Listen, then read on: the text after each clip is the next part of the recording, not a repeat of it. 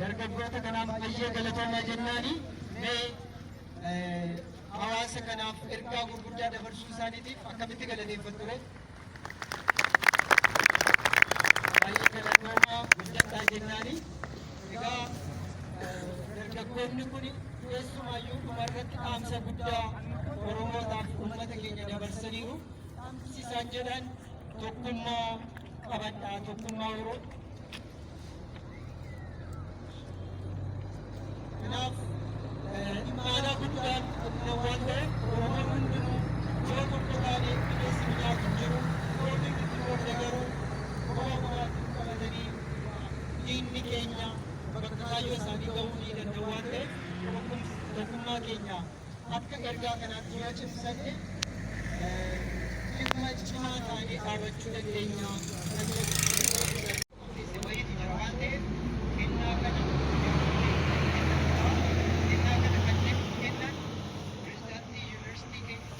Pirezidaantii yuunivarsiitii keenya kan ta'an Dr. Baayisaa Lataa gara fuulduraatti nu ba'anii maatii artist Haacaaluu kanaaf yaadannoo guddaa yaadannoo hin dabarre bara baraan sammuu isaanii keessa kan ta'u kennaa wayii nuu kennu jechuudha. Naaf Dr. Baayisaan kennaa kana ammoo kan nu fudhatan harmee aartist Hacaaluu kan ta'an addee guddoon gidduu keenyatti argamu. Addee guddoonis kennaa kana ka'anii akka itti nuuf.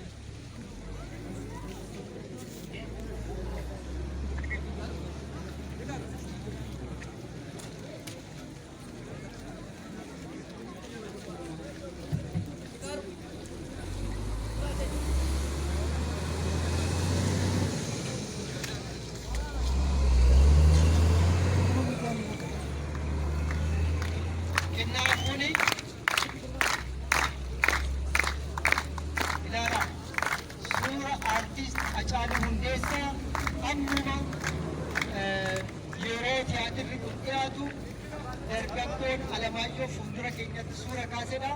Suurri kun mana addee guddoo keessa nuuf ta'a. Akka isaan asumaan nuu yaadatan ni gaafanna jechuudha. Naaf galatooma.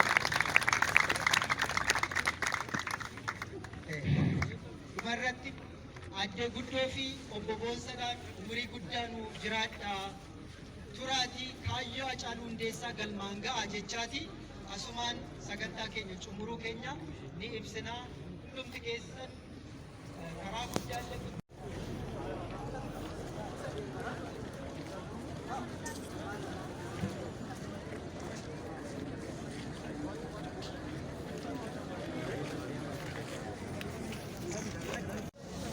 kanaan kaasnee sagantaa keenya waan xumurreef nagalaan halkan gaarii isinii jenna.